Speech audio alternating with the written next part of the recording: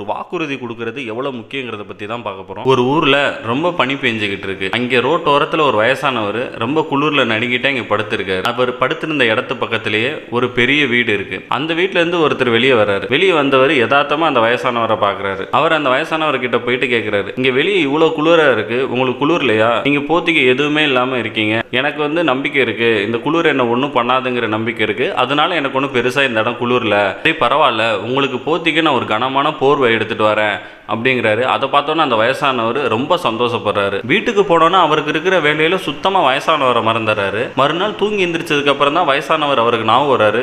வேகமா வீட்டை விட்டு வெளியே வந்து பாக்குறாரு. ஆனா நம்ம வயசானவர் இறந்து போய் கிடக்குறாரு. அவர் கையில ஏதோ எழுதி இருக்குன்னு போய் பாக்குறாரு. அதுல என்ன எழுதி இருந்துச்சுன்னா, என்கிட்ட எதுவுமே இல்ல, போத்திக்கு போர்வை இல்லை, ஆனா என்கிட்ட நம்பிக்கை இருந்துச்சு. ஆனா நீங்க போர்வை தரேன்னு சொன்னோன்னே நான் குளிர் எதிர்க்கிற நம்பிக்கையை விட்டுட்டு உங்க வார்த்தையை நம்ப ஆரம்பிச்சிட்டேன். இதுல இருந்து என்ன சொல்ல வரேன்னா, ஒருத்தவங்களுக்கு வாக்குறுதி கொடுக்கறதுக்கு முன்னாடி கொஞ்சம் யோசி.